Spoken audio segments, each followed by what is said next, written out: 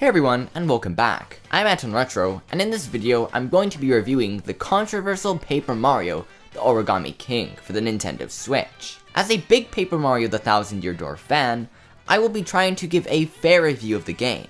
So is the game worth buying, and is Paper Mario finally good again? Well, let's find out.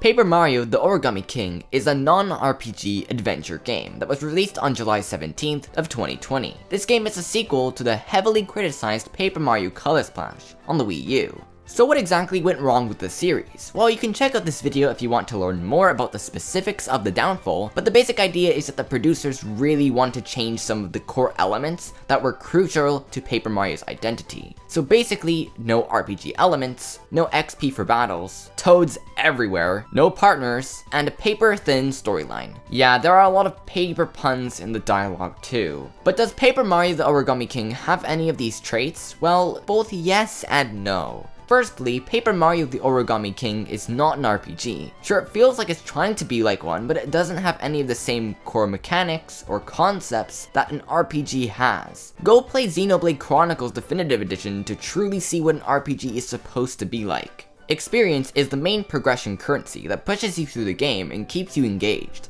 I know a lot of people complain about experience not being in the game, but experience isn't necessary in every game, or every RPG. It's just video game design philosophy, and it's not hard to implement as it's pretty much just a variable that the game keeps track of. An XP system works like this. So you battle an enemy, you defeat an enemy, and you get XP for it. Simple enough. When you have enough XP, then you can level up to become stronger to fight harder enemies. This keeps the game balanced and makes sure that you actually feel like you're getting stronger, even though it's still challenging you at the same time. But the Origami King works a bit differently. You see, when you battle an enemy, you receive coins and confetti. Then you use coins in the battle system to solve the puzzle to defeat the enemy to get more coins and confetti to move through the game, and you see where I'm getting at? It's just, yeah, the battles really don't feel like they're doing much for the game than just be a filler to make the game a bit longer. So many enemy counters are just annoyingly in the way, but luckily you are forced to battle enemies most of the time as it's part of the story scenario and events, which is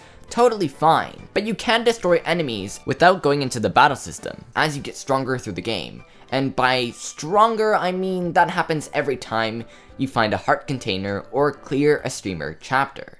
The battle system is only fun when you solve the puzzle perfectly with no damage, so it kinda ruins the entire battle system concept and does take a while to get used to. You're tasked to line up enemies in a row or in a 4x4 pattern. By doing this, it basically makes the game extremely easy, and there's basically no strategy, so it just feels like a puzzle game. Next you select your weapon and then time the button pressed correctly in order to deal as much damage as possible. This system is quite easy to master and can feel quite overpowered at some times. It is satisfying, but most of the time you get used to the system. But the battle system is the most subjective part of the game, and I don't think it really ruins the game, as you really don't get into battles as frequently as other titles in the series. But you can practice a lot in the battle lab, and even replay bosses, and play some puzzle challenges too. And I feel like this game is really trying to be a puzzle game with some turn-based elements to kind of keep it like Paper Mario, but sometimes it just feels a little awkward. Partners can join in battle, but they don't feel integrated very well. They just attack on their own, so you don't control them like previous Paper Mario games. Sometimes they'll even fail attacking the enemy. I'm looking at you, Bobby. And since the game encourages you to defeat the enemies without taking any damage, you really never see your partner attack. So sometimes I purposely didn't time my action attacks just so I could see them do some damage, and it was really annoying because I wanted to see them attack. The entire game just felt quite inconsistent. I could take Bobby everywhere with me, and I couldn't take Professor Toad or any of the other partners anywhere else. Professor Toad was the only partner that actually had any overworld abilities. Outside of battle, he could dig up treasure using his shovel, and even read special text. But the other characters can't do anything besides giving their opinions or getting completely lost. And even one chapter didn't have a partner at all, which was quite a missed opportunity, if you ask me. The story is that King Ollie has brainwashed Princess Peach, taken over the Mushroom Kingdom, and has been turning Bowser's minions into origami versions. Mario and Ollie's sister Olivia have to stop Ollie from creating his new origami world. Well, if you've seen the initial trailer of the game, you can tell the game has some really creepy vibes going on, which is awesome because whenever Nintendo does stuff like this, it's just so effective. This was really effective in the Paper Mario The Thousand Year Door, so it's really unexpected in a modern Paper Mario game. And throughout the entire game, you will uncover strange events that are extremely silly and funny. I won't spoil much about what happens, as that's pretty much the best part and was totally worth the experience. The writing is brilliantly done. Now, I initially thought that it would rely too much on paper-themed jokes and gimmicks, but aside from one or two, that wasn't the case at all. Just like previous Paper Mario games, the dialogue is fantastic, and most of the jokes kids won't really understand, which I think is even more hilarious.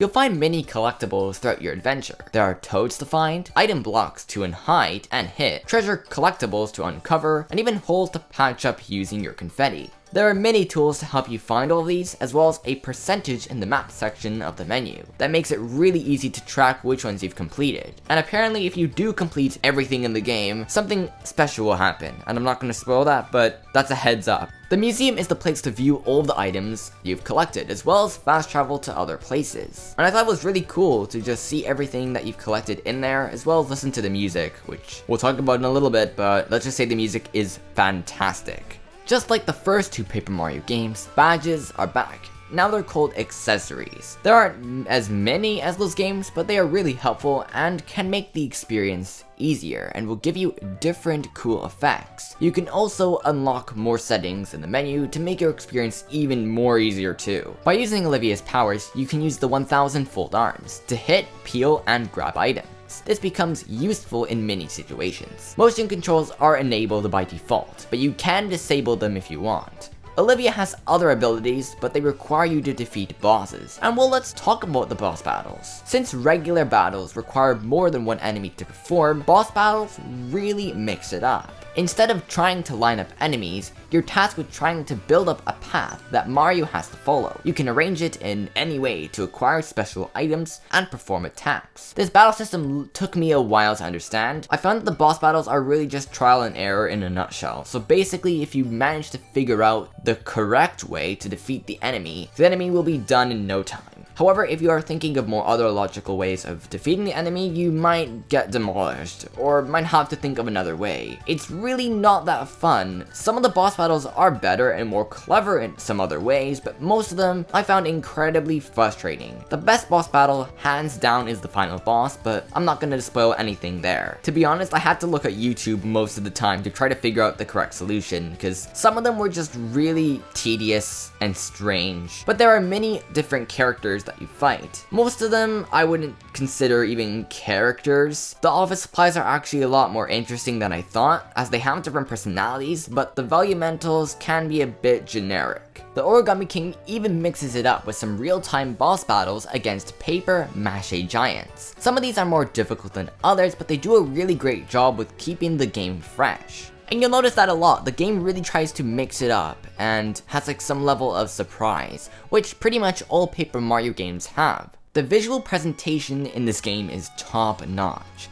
Say what you will about the game, but we can all agree that the paper aesthetic is fully realized here. Everything is so well detailed and designed. The paper creases, folds, shadows, bends. Just look at that water. I did like the old paper book art style from previous games, but to be honest, I personally like this look of the game much better. I would totally any day take a remake of The Thousand Year Door in this art style. The borders around the characters are a good touch as well. That, as controversial as that is, it does make the NPCs pop up against the world. The music as well is probably just as good as The Thousand Year Door. The battles, towns, area themes, they're all fantastic.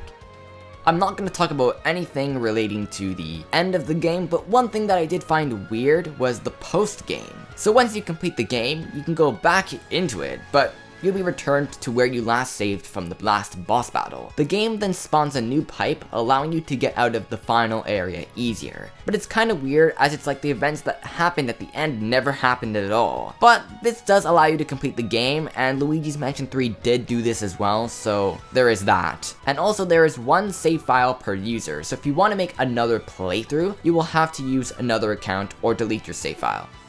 Overall, Paper Mario The Origami King is a fantastic game. It may not be the 1000-Year Door sequel we have been waiting for years, but it is something special in its own way. And it does a lot of the things right, but it does have a few problems here and there, especially with combat.